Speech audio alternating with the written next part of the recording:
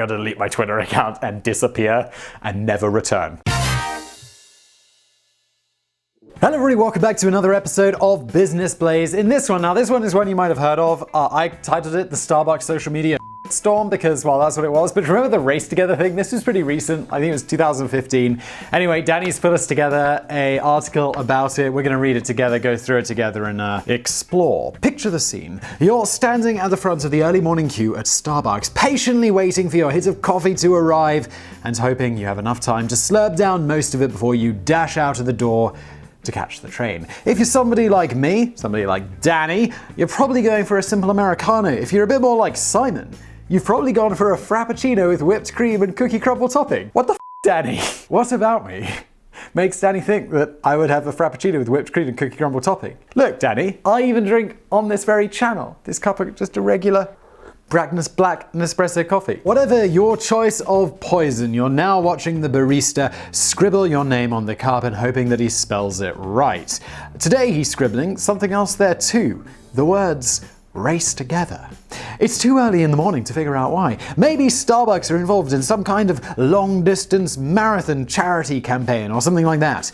Good for them. That's what I would think. Like, race together, I would say, yeah, you got to be sponsoring some sort of marathon, right, Starbucks? That's got to be it. It's not. But then he leans over the counter for a quick word. It's a nightmare scenario. You're in a rush, and there's a massive queue behind you. Whatever he wants, let's hope it's brief. He probably just is hoping to upsell you to a cinnamon swirl or something. He's not. Hey, buddy, he says with a grin. So just out of interest, exactly what percentage of your Facebook friends are of a different race? I can't believe this actually happened. It's like, what are you going to say to that? F off. What are you implying? If it sounds too outlandish to be true, think again. This is exactly the kind of probing question that may have been hurled thoughtlessly in your direction if you were hoping to enjoy a quiet coffee in a Starbucks restaurant in the United States back in 2015. The Race Together campaign was dreamed up by Starbucks chairman and CEO Howard Schultz. In the wake of race-related social movements and protests about police treatment of minority communities, Schultz decided that Starbucks could stay silent no longer. And throughout this video, I do want to point out these are really serious issues, and I'm not making fun of the issues, I'm definitely making fun of Starbucks. The coffee giant launched a bold mission to engage customers and employees in a discussion about race.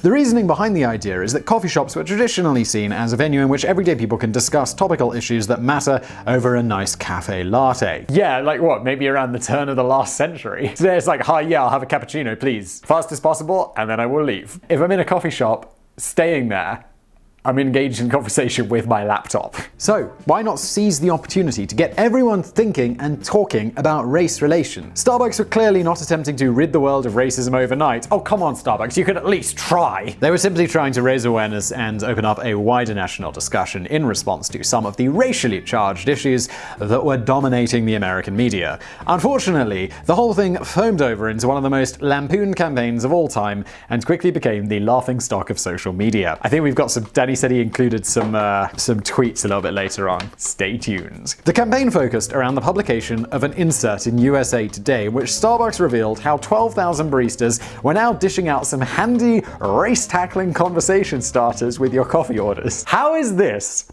So just out of interest, exactly what percentage of your friends are of a different race?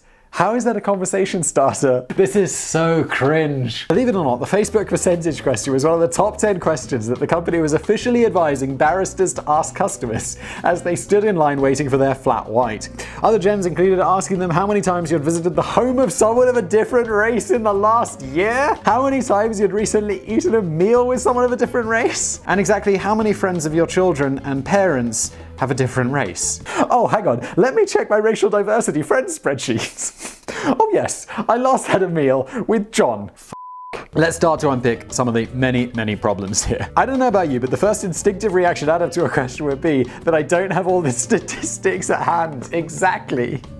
I don't tend to walk around with a spreadsheet. I'm glad Danny are on the same page here. With a spreadsheet that I continually update every time I make a new connection with a Facebook friend of a different race, or every time I spot my child playing with a friend who has a different skin color. It's hard to imagine anyone getting asked the Facebook question and being able to respond with an instant, oh yes, 12.5% of my Facebook friends are a different race. Thanks for asking. How about yourself? Ignore the massive queue behind me. Let's settle down for a nice long chat about racism. It's far easier to imagine someone responding with a blank stare and a look of total bewilderment at being asked such a random question and demanding a detailed answer. It's like, I feel like if anyone asked me this, I'd be like, excuse me, I'm not exactly sure how that's your business. It's not really a brilliant conversation starter, is it? It is not, Danny. In fact, the truth is that none of these questions were ever designed to be conversation starters at all. Really? As much as Starbucks wanted you to think about your own race relations, they're still a business with a long line of customers to serve, and they were hardly going to hold up the queue by advising employees to engage in a personal 30-minute discussion with everyone ordering a hazelnut signature hot chocolate. And look, Danny, you might... this is getting very specific. Danny, you might be like accusing me of liking my triple chocolate frappuccino or whatever, and you having an Americano, but your knowledge of the Starbucks menu and their weird coffees is extensive. It feels more like they were throwing a firework in your direction and challenging you to quickly quantify how many times you've interacted with other races before waving you away to pounce on the next victim in the queue. Yeah, it's like, so have you seriously considered race relations? Next! What? A more effective, direct, and honest conversation starter would have been something like, so just tell me, how much of a racist are you then? Let's just start on a 4 out of 10 on the racist scale and move up from there, shall we? It's perhaps not too surprising that the reaction of many customers was borderline hostile, and of course plenty of them took to social media to vent their frustration. In fact, the volume of social media discussion on Starbucks increased by 266% during this period, although 1/3 of the mentions were described as hate posts and 60% of the mentions were categorized as negative. It's not exactly surprising, is it? Only 7% of Starbucks mentions during this campaign were described as positive. Okay, now let's move on to those tweets. Not sure what Starbucks was thinking. I don't have time to explain 400 years of oppression to you and still make my train. And another one. What I want to do. Number 1, eat pizza. Number 2, pay off my loan debt. ... Number 77, hang out with Rihanna. ... Number 895, talk about race at Starbucks.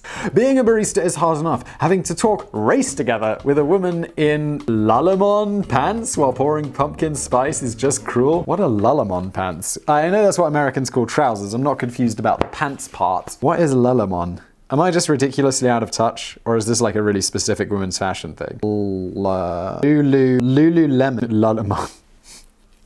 Lululemon makes technical athletic clothes for yoga, running, working out, and most other sweaty pursuits. As always, shipping is free. Good to know, Lululemon. How does Starbucks even decide whom to ask about race together? Are you engaging in racial profiling to talk about ending racial profile? It's true, it's true. If someone who's a racial minority walks in, do they ask the same question? So uncomfortable. One more. I prefer to discuss the Iran nuclear negotiations with my counterperson at McDonald's. However, perhaps the most important tweet highlighted one of the fundamental flaws in the whole campaign, a complete lack of clear thought. The accompanying press photographs for the campaign depicted several different pairs of barista hands serving you a nice hot, I remember this, serving you a nice hot Starbucks coffee with the words race together scrawled on the cup. The problem was that all their hands were white. This did not go unnoticed on Twitter.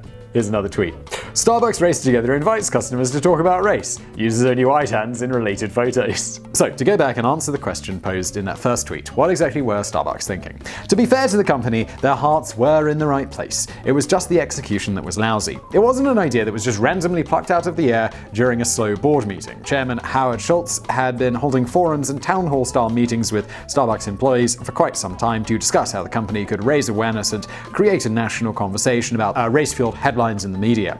When written down on a paper napkin, the general theme doesn't even sound too bad. People come to coffee houses to talk, let's try and find some way to get them to talk about their attitudes and relationships with race instead of just moaning about the weather. Yeah, actually, hang on.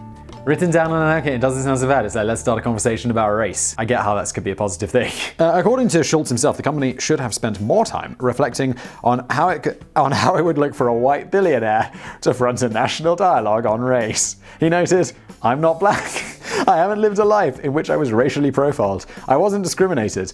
on because of the color of my skin. Maybe there's some degree of truth to this, although I find it disappointing that the CEO of Starbucks appeared to be dumping all of the blame for the failure of the campaign on the attitudes and prejudices of customers rather than soaking up some of the responsibility himself. It's like, yeah, listen, Howard, if I don't like your advertising campaign, you can't just say I've got a bad attitude. It's like your advertising campaign sucks. The approach they decided upon in the end for Race Together was absolutely awful on every level. Starbucks strategy officer Matt Ryan even made the surprising admission that the company did absolutely no market research whatsoever to test if the approach would resonate with customers.